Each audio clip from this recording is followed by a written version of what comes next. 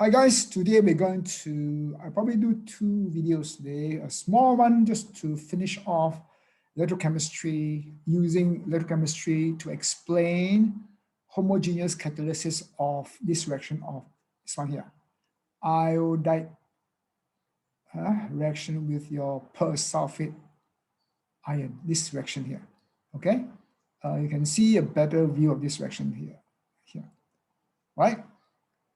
I minus plus S2O8 2 minus give you I2 plus 2SO4 2 minus. It comes out in the two times with this question. Now that means the latest one was this question here. Just let me show you. Okay, here. The reaction between iodide ions and persulfate ions S2O8 2 minus is slow, see now, okay? So the reaction can be speed up by adding a small amount of iron 2 plus or iron 3 plus ions. The following reactions can take place. This is question 1, 2, and 3. So I'm going to explain all these things first and the theory behind it, okay? So it doesn't matter you can start with Fe3 plus or Fe2 plus. It doesn't matter. But the whole thing is what is homogeneous. That means that all the catalyst is homogeneous. Okay, catalysis. All right. So let me go back to theory here. Okay. Okay. Now let's remember. Now you look at this equation. Maybe I should. Okay. Now let me see. Okay. Okay. Now here. I do from here. Here. Okay. Remember. Now this is the reaction. This is the main reaction. Okay. That means if I put Ki plus your sodium S2O8, they will react, they'll give me this one here, but it's very, very slow for reasons we will explain after, okay? So what do I do? Now remember this is aqueous, this aqueous, okay? Hold on a minute, Okay, so for homogeneous catalysis, I must use the catalyst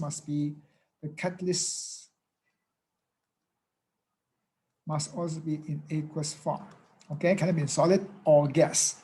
So we use Fe2 plus Fe3 plus. This is theory first, right? Remember, if you break it up step by step for S2O3, S2O8 from here to here, right? It is gaining 2 electrons, it's reduction. Like this is the reaction here, this part here.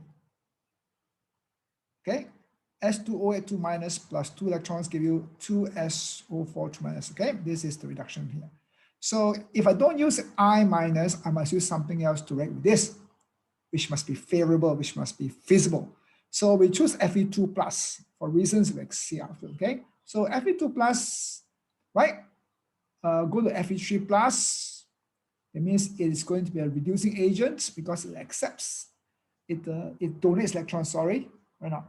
It's an electron donor. So this you can see here. So if I put out this is reduction, this is oxidation. Okay, so if I put these 2 equations together and work out my E-cell method, right, I get this and this. So I add up together here, I get E cell equals to positive 1.28, or I can use your famous E cell equals to E reduction minus E oxidation, also can, right? So which is reduction plus 2.01 minus, of course, this would be the reverse is plus 0.77, which will also give me the same as plus 1.24. That means it is feasible. Okay, so this is feasible. That means I'm going to use this one here as the first catalyst. So now this fellow here must now also, remember, a catalyst will regenerate itself at the end, isn't it? So now, of course, this one will react with your I minus, right? Now, I minus in the main reaction is I minus becomes I2. That means it's going to be oxidation. Oxidation. Okay. So who is going to be oxidation? First Fe3 plus, it will be the one who accepts electrons. So can I minus react with Fe3 plus? Well, we'll work it out, the E naught values, right? See, can. right? Or you can use the other one I told you, E cell equals to E what? Reduction minus E oxidation. Okay. Of course, equals to reduction is what? Is here, right? Positive 0.77 minus 0. So plus 0.54, which will give me the same value here. Okay, so it's feasible. So in the end, of course, you see, if I use Fe2 plus here, right? In the end, of course, it's still being regenerated as Fe2 plus. That means it's a catalyst. And it's got aqueous form here, that means it's homogeneous catalysis, right? Okay. So now you see this one here, they ask you the question here, okay? Okay, now just before that, I want to bring you back to here. Now, if you talk about catalyst, right now, this one came out. This diagram came out. Later you can see. The thing don't seem to be. I don't know what's happening. Wait, okay. All right. Yeah. All right. Now remember this diagram here, right? The energy level diagram, right? To show the profile. So the big loop here is without catalyst. Catalyst lowers it lowers the EAs here. So there are two humps here, and in between here, okay, right? So this is the two EAs. Okay. Now we go back to the question here. See how this one can be applied to this question here. Okay. So the main reaction is 2I minus plus S2O8 2 minus I2 plus 2SO4 2 minus. This reaction can be speed up by a small amount, okay? Catalyst is small amount that will change the rate of this or this, because you can use either one first. Okay, the two reactions are take place. That means if I use Fe3 plus, it will react with my I minus first. If I use Fe2 plus, it will react with my S2O8 2 minus. Okay. So what type of catalysis is this? I've shown you that these two can occur. I show you how do you know these two are feasible from your E naught values, from your E cell calculation, which I did with you earlier in the theory. Okay, so we can refer to that. That is feasible. They tell you it's feasible anyway. Okay, so the rates of 2 and 3 are faster than the rate equation 1. By considering the speeds above, suggest why a reason. Of course, see. If you talk about just one without catalyst, it's very slow. Why? Because the charge here is the same. See? Right now. So they will undergo repulsion. If 2 and 3 are more feasible because why? They are both different charges. Okay. Right? They will attract each other. So you can see the answer here. Okay. Homogeneous catalysis. Ions in 2 and 3 are opposite charge, they will attract. Ions in 1 are similarly charged, they repel. That's why it's very slow. Okay, they have to hit harder with higher EAs. This one is without catalyst. Why so big? Okay, right. So here, okay. So now consider the following diagram of the profile. So it depends if I can use here Fe2 plus or Fe3 plus. Okay. So I'm going to show you the answer here. I wrote the answer here already. Now, if I use Fe2 plus here, right? If I use Fe2 plus, I'm going to use green color so they can see the difference. Okay, green color. If I use Fe2 plus here, that means Fe2 plus is going to react with who? Remember, it's going to take electrons away, isn't it? Take electrons from it's going to give electrons. It means Fe2 plus is going to go to Fe3 plus electrons. So who's going to take electrons? Of course, your sulfate. So I minus remains unchanged. So get your sulfate ions at your Fe3 plus. So then Fe3 plus will react with I minus to give you your I2. And Fe3 plus will go back to Fe3 plus will go back to Fe2 plus. See? Catalyst. So now there are two humps here. Right? So energy profile, two contiguous activation comes. Now, first mark is going for that. That means you must put two humps here. Okay? Of course, they need to ask you for the species here, but you can put starting and finish same points was the same.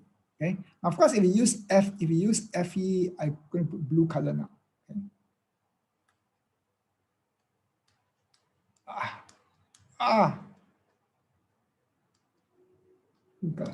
If you use Fe2 Fe3 plus here, here'll be 2 Fe2 plus here, here'll be I2 and what? S2O8 2 minus here. Of course, here'll be 2 Fe3 plus, okay? Right, so this is how it appears. So I finished already the last bit of your E0 with homogeneous catalysis. Now the question, one question here is very good, old question, but makes you think lah. Okay, here. Also the basis of E0 values, also on the basis of E0, choose two other examples of transition metals, okay, which can ions that can predict would be predicted to act as catalysts as well. What factors might prevent these ions from the choice of behavior? Now, very important, you go back to here again, to the first part I told you here. You see, remember, the choice of Fe2 plus, now I'm going to put here, right? Now, Fe3 plus electron. And this is very important because you need a code according to the E0 values of the data booklet. Fe2 plus. And here is what? What is it? Look again. Oh, here. Okay. Plus 0.77. This plus, this is the original E0, right now. Right? That means we're going to take this one first. It means we are using the first one we're using is here. I've been moving up here. That means the value here must be bigger. The positive value here must be bigger than 0.54 now. Yeah, that means for it to react, this must be at least 0.55, isn't it? To get a positive 0.01. Otherwise, if not positive, that means not feasible. So the E value for whatever TM ion you use, right, must be bigger than positive 0.54. Okay, right? And when you reverse it, right? When you reverse it, okay, right? It must not be bigger. It must not be bigger than 2.11 because if it's bigger, it is minus 2.02. Tabole already, you get minus 0.01. That means not feasible. That means here it must be what? Smaller than positive 0.54 and right, sorry, bigger than positive 0.54 and smaller than positive 2.01. Got it? Okay, I go back and think about it. I rub it off here. I don't know why the thing is getting bigger. This stupid thing. Okay, maybe I'm to blame. Getting some vertigo. Okay. Remember, it must be bigger than 0.54. So now, what are the values of TM ions are bigger than 0.54 and less than 0.0201? I put down here already. Okay, here we are now. All right, remember this is the condition, okay, for the E0 value. So chromium, cobalt, now, can you choose? No, cannot, okay, cannot, can. Cobalt 3 plus and cobalt 2 plus is plus 1.82. It falls within the range here. So this can be used. Okay. How about this one here? Chrome, this one here. Okay. Cannot. Minus, cannot. How about this one here? Can chromium in, right?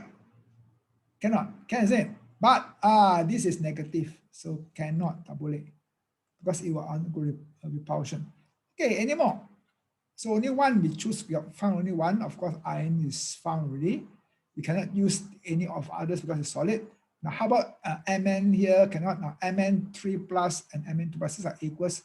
Can is it? 1.49. Can is it? Bigger than what? Bigger than 0.54 and less than 2.01. Can.